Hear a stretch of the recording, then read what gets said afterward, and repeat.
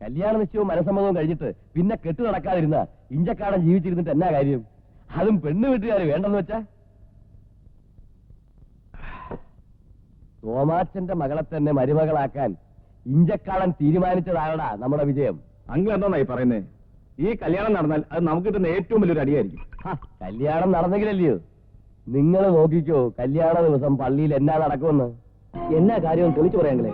പെണ്ണിന്റെ കാര്യങ്ങളൊക്കെ നോക്കുന്നതേ സിംഗപ്പൂരിലുള്ള അവളുടെ കൊച്ചച്ഛനാ. അയാൾ എന്റെ ഏറ്റവും അടുത്ത സുഹൃത്താ. കല്യാണത്തിന്റെ അന്ന് മോർണിംഗ് ഫ്ലൈറ്റിൽ അയാളെത്തും. നമുക്കേ അയാളെ ഒന്ന് പിക്കപ്പ് ചെയ്യാൻ പോണം. അയാളെത്തി നമുക്ക് എന്താ ഗുണം? കാണാൻ പോകുന്ന പൂരം എന്തിനാ മക്കളെ പറഞ്ഞറിയിക്കുന്നേ?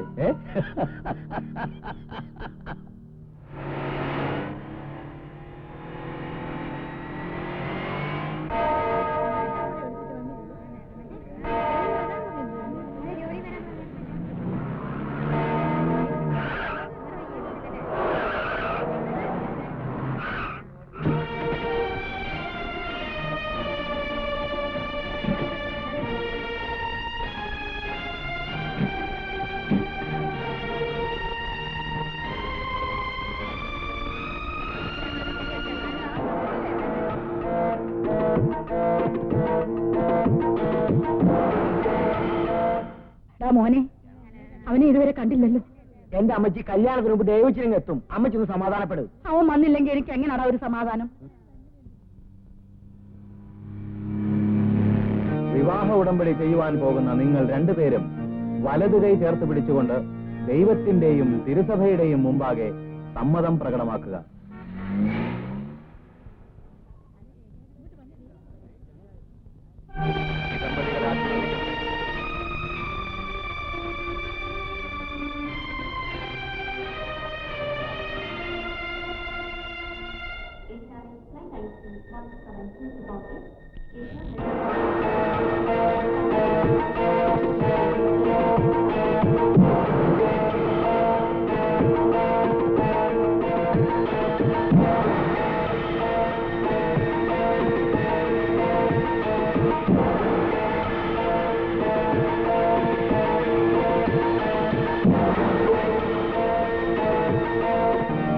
ഭാര്യാഭർത്തൃ ബന്ധത്തിൽ അറിഞ്ഞും പരസ്പരം സ്നേഹിച്ചും അംഗീകരിച്ചും ജീവിക്കുവാൻ സന്നദ്ധരാണോ?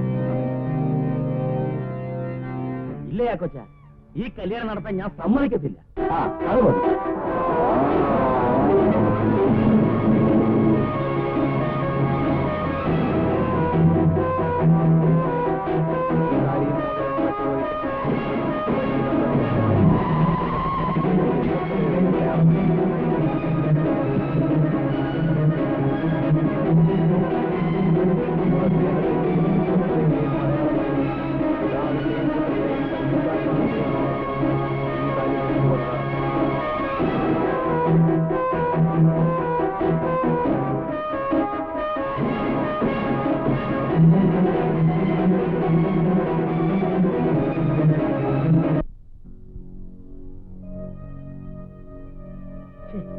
എന്തായിരുന്നാലും ഈ കല്യാണം നടക്കാൻ പാടില്ലായിരുന്നു. ഈ കല്യാണം നടക്കാൻ പാടില്ലായിരുന്നു എന്ന് പറയുന്നതല്ലാതെ നീ കാര്യം എന്താന്ന് പറയുന്നില്ലല്ലോ. ഓ, ഇനിയിപ്പൊ പറഞ്ഞിട്ടും വലിയ കാര്യമൊന്നുമില്ലല്ലോ. പെട്ടെന്നൊരു തീരുമാനമെടുക്കാനും മൂന്നും കൂടി ഒന്നിച്ച് വിളിച്ചുപോലി കല്യാണം നടത്താനും അവരെന്നെ എത്ര തിടുക്കം കാണിച്ചെന്നാണ് എനിക്ക് മനസ്സിലാകാത്തത്. കർത്താവിന്റെ അനുഗ്രഹം കൊണ്ടാ ആ പിള്ളേർ വീട് മാറി ഇവിടെ പെണ്ണ് കാണാൻ വന്നത്. പറഞ്ഞു വന്നപ്പം അറിവും പരിചയമുള്ള ആൾക്കാര്. മത്തായിയുടെ ഇന്നത്തെ സ്ഥിതിക്ക് ഇതിലും വലിയ എത്രയോ ആലോചന കിട്ടേണ്ടതാ. പെണ്ണിനെ ഇഷ്ടപ്പെട്ടതുകൊണ്ട് അവര് വേറൊന്നും ആവശ്യപ്പെട്ടില്ല. കല്യാണം ഉടനെ നടത്തണമെന്ന് പറഞ്ഞപ്പം ഞാനങ്ങ് സമ്മതിച്ചു. ഉടനെ തന്നെ നിന്നെ വിവരം അറിയിച്ചല്ലോ. പിന്നിപ്പൊ എന്തോ നടാ ഒരു കുഴപ്പം? അമ്മച്ചി, ഇഞ്ചക്കാരന്മാർക്ക് പണവും പ്രതാവും ഉണ്ടെന്ന് കരുതി എല്ലാം തേഞ്ഞവന്മാരാണെന്ന് അമ്മച്ചി കരുതണ്ട. എടാ, ഇഞ്ചക്കാട്ടുകാർക്ക് എന്നാടാ ഒരു കുഴപ്പം? നമ്മളെ പോലെ തന്നെ തറവാട്ടുകാരാവരും. അവന്മാർ തറവാട്ട് ഗുണത്തെ പറ്റിയൊന്നും അമ്മച്ചി ഇപ്പൊ പറയണ്ട. ഇങ്ങനെ കടന്ന് വളച്ചു കെട്ടാതെ നീ കാര്യം എന്താന്ന് പറ. ഒക്കെ പറയാം അമ്മച്ചി, പക്ഷെ അതിനു മുമ്പ് ഞാൻ അറിഞ്ഞിട്ടുള്ള കാര്യങ്ങളൊക്കെ സത്യമാണോ എന്ന് എനിക്കൊന്ന് അറിയണം. എന്നാ കാര്യം? എല്ലാം പറയാം. അയ്യോ, അടുപ്പി പാല് വെച്ചിരുന്ന കാര്യം അങ്ങ് മറന്നു. അല്ല, എന്തിനാ ഇത്ര നേരത്തെ എഴുന്നേറ്റേ? കല്യാണം കഴിഞ്ഞാൽ എല്ലാരും വൈകി എഴുന്നേക്കൂ. ഇവിടുത്തെ ഏലിക്കൊച്ചമ്മ പോലും ഇപ്പോഴും എഴുന്നേക്കുന്ന 7 മണിക്കാ. എന്നതാ മോളെ ഇവള് പറയുന്നേ? ഇവള് പറയുന്നൊന്നും മോള് കാര്യമാക്കണ്ട. ഇവളെ വാപോയ വാക്കത്തിയ. രാവിലെ മോള് കുളിയൊക്കെ കഴിഞ്ഞു, എന്നിട്ട് തന്നെ അങ്ങ് മാറി നിൽക്കുന്നേ. ഇങ്ങോട്ട് വാ, ഇനി ഇവിടുത്തെ കാര്യങ്ങളൊക്കെ നോക്കി നടത്തേണ്ടത് മോളാ. തങ്കച്ചിനുണ്ടേ കൊടുക്ക്. അവൻ എഴുന്നേറ്റോ? ഇല്ല, വലിയ ഉറക്കക്കാരനാ. ഓ എന്നാ ഇത്ര കണിക്കാൻ? ഞാൻ ഓരോന്ന് ആലോചിച്ച് ചിരിച്ചു പോയതാണേ. അയ്യടി, അങ്ങനെ ഇപ്പൊ ഒന്നും ആലോചിക്കണ്ട കേട്ടോ. ആ അരിപ്പൊടി എടുത്തൊന്ന് നനച്ചേ. അയ്യോ, ഞാനും അതാ ഇപ്പൊ ആലോചിച്ചേ.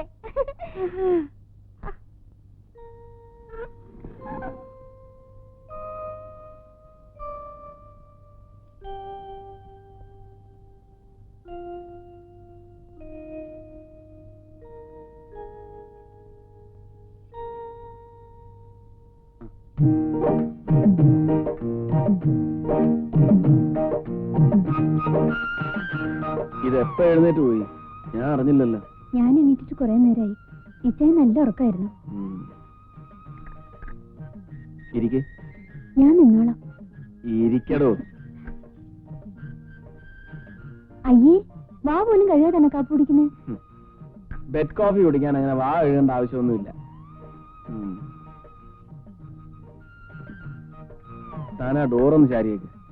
നമുക്ക് കുറച്ചു നേരം വെറുതെ ഇവിടെ ഇങ്ങനെ. എന്താ? അയ്യോ വേണ്ട, അപ്പുറത്ത് എല്ലാരും എഴുന്നേറ്റിട്ടുണ്ട്. ഇതിനൊക്കെ വേണ്ടിയിട്ടുള്ള ലൈസൻസ് അല്ലേ ഈ വിവാഹം എന്നൊക്കെ പറയുന്നത്? അവരെഴുന്നേറ്റാ നമുക്കെന്താ? നീ അല്ലേ? അയ്യോ, ഞാൻ പോവാ. നീ വന്നേ. വീടന്നേ. ബീനെ, ഇവിടെ വാ.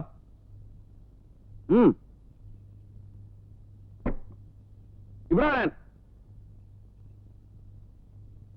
ഇങ്ങോട്ട് നീങ്ങി. അനങ്ങിപ്പോരുത്.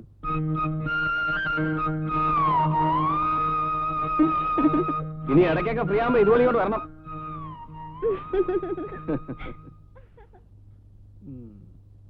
മേശ കസേര വാടക 2500, കല്യാണപ്പന്തല് 3250, ബേക്കറി സാധനങ്ങള് 4500, കാർ വാടക 6200, കൂലിച്ചെലവ് 1200. ആകെ നിനക്ക് ഞാൻ തന്നത് 20,000 രൂപ. ചെലവായത് 17,650 രൂപ. ബാക്കി 2,350 രൂപ എവിടെയാണെന്നാ ഞാൻ ചോദിച്ചത്. അതങ്ങാ നിന്റെ പോക്കറ്റിൽ ഉറങ്ങിക്കെടുക്കുന്നുണ്ടെങ്കിൽ അതങ്ങ് എടുത്തേ. അത് പിന്നെ അപ്പച്ച ഈ കസേര മേശ എഴുതിയോ? ഈ മേശ കസേര എന്ന് പറയുന്നതല്ലോ കസേര മേശ. ഇതിൽ തന്നെ ഒരുപാട് കള്ളക്കണക്കുകൾ എഴുതിയിട്ടുണ്ട്. അതെനിക്ക് അറിയാഞ്ഞിട്ടല്ല, അതുകൊണ്ടാണ് ഞാൻ ചോദിക്കുന്നത്. മോനെ, 2,350 രൂപ എവിടെ? 2,350. ആ, ആലോചിച്ചിട്ട് പറഞ്ഞാ മതി. കല്യാണം കഴിഞ്ഞിട്ട് ഒരാഴ്ചയായി. ഇന്നാണ് അവ കണക്ക് കൊണ്ടുവരുന്നത്. അപ്പച്ച അപ്പച്ചൻ തന്നത് 20,000 രൂപയാണെന്ന് ഉറപ്പാണോ അതോ 17,000 രൂപയോ? ഒറ്റ അടി വെച്ചെന്നാണ്ടല്ലോ. ഞാനൊരു സത്യം പറയട്ടെ. എടാ, വല്ലപ്പോഴെങ്കിലും ഒരു സത്യം പറ, കേൾക്കാനുള്ള കൊതിയുണ്ടാ. അപ്പച്ച, ഇച്ചായന് കുറെ കൂട്ടുകാരല്ലേ? ആ കൂട്ടുകാർ പാർട്ടിക്ക് വരുമ്പോ അവരുടെ ചെലവിൽ മദ്യം വാങ്ങിച്ചുകൊണ്ട് വരാന്ന് പറഞ്ഞു. ഞാൻ പറഞ്ഞു, അങ്ങനെ അവരുടെ ചെലവിൽ മദ്യം വാങ്ങിച്ചുകൊണ്ട് വരികയാണെങ്കിൽ അതിന്റെ ക്ഷീണം ഇന്ത്യക്കാരൻ മത്തായിക്കാണെന്ന്. അതുകൊണ്ട് ഞാൻ കുറച്ച് മദ്യം വാങ്ങിച്ചു. അങ്ങനെയാണ് ഈ 2,350 രൂപ ചെലവായത്. എടാ, നീ പറഞ്ഞത് നേരാണോ? എന്താണ് അപ്പച്ച? നിന്റെ കൂട്ടുകാർക്ക് മദ്യം മേടിച്ചു കൊടുക്കണമെന്നും പറഞ്ഞ് എന്റെ കയ്യിൽ നിന്ന് 2,350 രൂപ മേടിച്ചു. അപ്പച്ചന്റെ കൂട്ടുകാർക്ക് മദ്യം വാങ്ങിച്ചു കൊടുക്കണമെന്നും പറഞ്ഞ് അവൻ എന്റെ അടുത്ത് 1,500 രൂപ വാങ്ങിച്ചല്ലോ. ഇവന്റെ തന്നെ കൂട്ടുകാരെ സൽക്കരിക്കാനാണെന്ന് പറഞ്ഞ് എന്നോടും വാങ്ങിച്ചല്ലോ 2,000 രൂപ. അതെ, ഞാനൊരു കാര്യം പറയാം. കല്യാണം ജോറായിട്ട് നടത്തണമെങ്കിൽ കുറച്ച് കാശ് ചെലവാകും. അതിന് അപ്പച്ചനെ പോലെ വെറ്റില 7 രൂപ 15 പൈസ, അടയ്ക്ക് 6 രൂപ 3 പൈസ, ചുണ്ണാമ്പ് 10 രൂപ 10 പൈസ എന്നൊന്നും എഴുതി വെക്കാൻ പറ്റില്ല. ഇതിനെയാണ് ജനറേഷൻ ഗ്യാപ്പ് എന്ന് പറയുന്നത്. അയ്യടാ, ജനറേഷൻ ഗ്യാപ്പാ? കാശിന്റെ കണക്ക് ചോദിക്കുമ്പോ ജനറേഷൻ ഗ്യാപ്പ് എന്ന് പറയാ? മേലിൽ ജനറേഷൻ ഗ്യാപ്പ് എന്ന് പറഞ്ഞിട്ടുണ്ടെങ്കിൽ അടിച്ച് നിന്റെ മോന്തര ഷേപ്പ്. എന്റെ ദൈവമേ, തങ്കച്ച, ദേ, ഈ കാശ് ചെലവാക്കണ കാര്യത്തില് അപ്പച്ചന് ഒരു ബുദ്ധിമുട്ടില്ല മോനെ.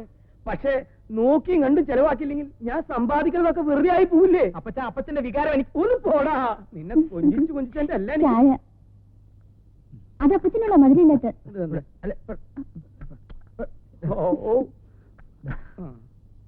വേണ്ട, അമ്മ ചോദിച്ചു. അമ്മ വേണ്ട, എന്റെ പൊന്നു മോത്തേക്ക്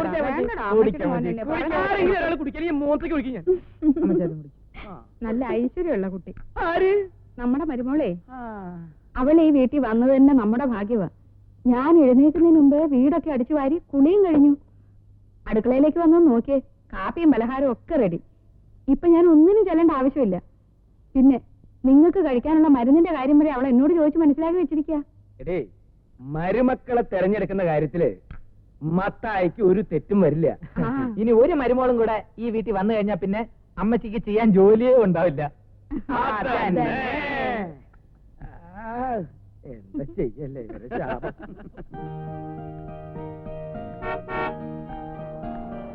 വല്യമ്മച്ചി, ദേ അവരെത്തി.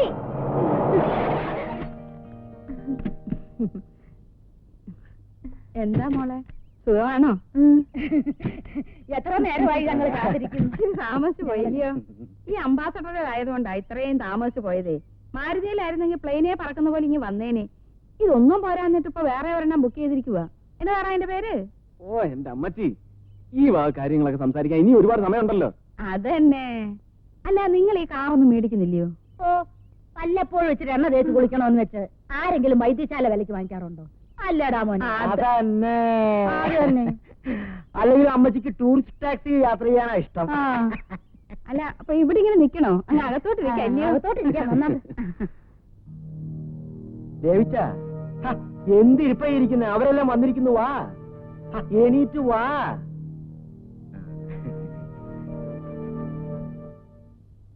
വരുന്നുണ്ട് വരുന്നുണ്ട്. ഇരിക്കിരിക്ക്.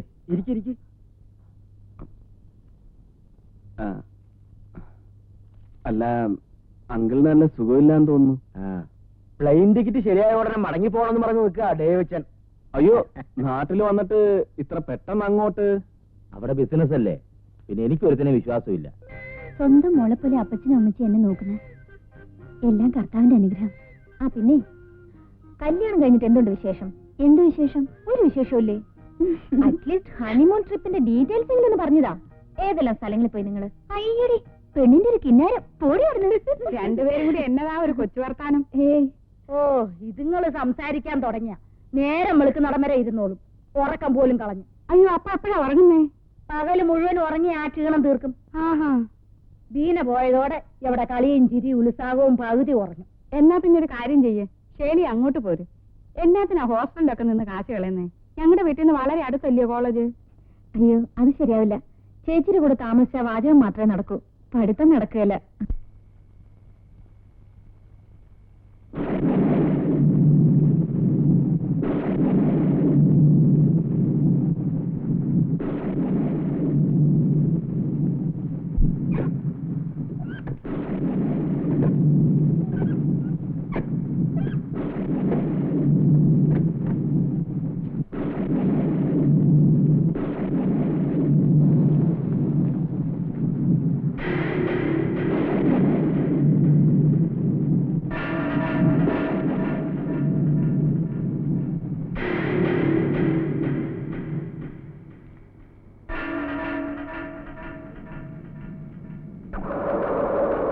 ചാക്കോച്ചൻ എന്റെ അടുത്ത കൂട്ടുകാരനാണെങ്കിലും ഒരുപക്ഷെ ഇഞ്ചക്കാടന്മാരോടുള്ള വിരോധം കൊണ്ടാണ് ഇങ്ങനെയൊക്കെ പറഞ്ഞതെന്ന് ഞാൻ ന്യായമായി സംശയിച്ചു. പക്ഷെ ഇപ്പോ ഔസപ്പച്ചൻ കൂടി പറഞ്ഞപ്പോ എനിക്ക് ഉറപ്പായി. നീ കാര്യം എന്താന്ന് വെച്ചാൽ തെളിച്ചു പറ. അമ്മച്ചി, ചുങ്കത്തറ വലിയ മുതലാളിയുടെ ഏറ്റവും അടുത്ത വിശ്വസനായിരുന്നു നമ്മുടെ ഇച്ചായൻ. ഇച്ചായനോട് ചോദിക്കാതെ മുതലാളി ഒന്നും ചെയ്യത്തില്ലായിരുന്നു. ഇവരുടെ അടുപ്പം കാരണം ഇഞ്ചക്കടമ്പത്തായിക്ക് അവിടെയുള്ള സ്ഥാനം നഷ്ടപ്പെടുമോ എന്ന് അയാൾ ഭയപ്പെട്ടു. നീ എന്തായി പറഞ്ഞു വരുന്നത്? എന്തായാലും ഞാൻ നാളെ പോകും.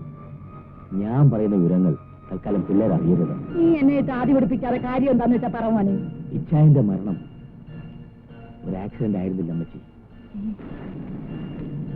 തൊന്നിച്ചനെ കൊന്നതാ.